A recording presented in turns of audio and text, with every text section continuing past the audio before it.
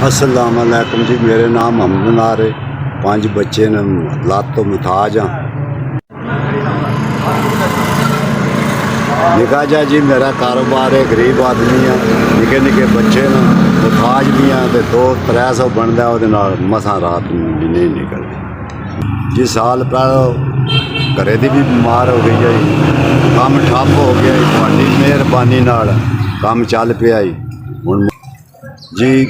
पारतुसां लै दित्तियां कतरां भी, धागा भी, केल भी, पालिश भी, ते तुहाडी दुआ नाल, तुहाडी मेहरबानी नाल मेरा कारोबार चल गया जी। तो हुण मेहरबानी हो जाए, मेरे बच्चे सौखे हो जा सन, दवाई देआं दा जी।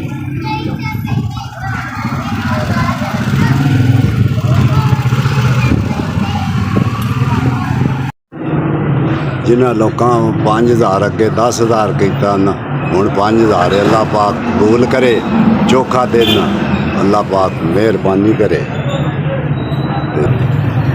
जी। मैं इन्होंने बंदियां का शुक्रिया अदा करना। गरीब आदमी हाँ, 15,000 5 10 अगे दिता ना, 5 हुण दिता ना। मैं गरीब आदमी हाँ, मेरी रोज़ी बन जाती बच्चों की। अल्लाह पाक चोखा देना, अल्लाह पाक जिंदगी देना, अल्लाह पाक खैर करे। मोहन सही मोहन अल्लाह पाक 15,000 रुपये ता अगे दिता। शाला जिउंदे रहो जी। अगे 10,000 भी होया, 5 हुण लब्भा। मैं कतरां लियावां दा, धागा लियावां दा, पालिश लियावां दा। अल्लाह पाक चोखा देवे, अल्लाह पाक जिंदगी देवे।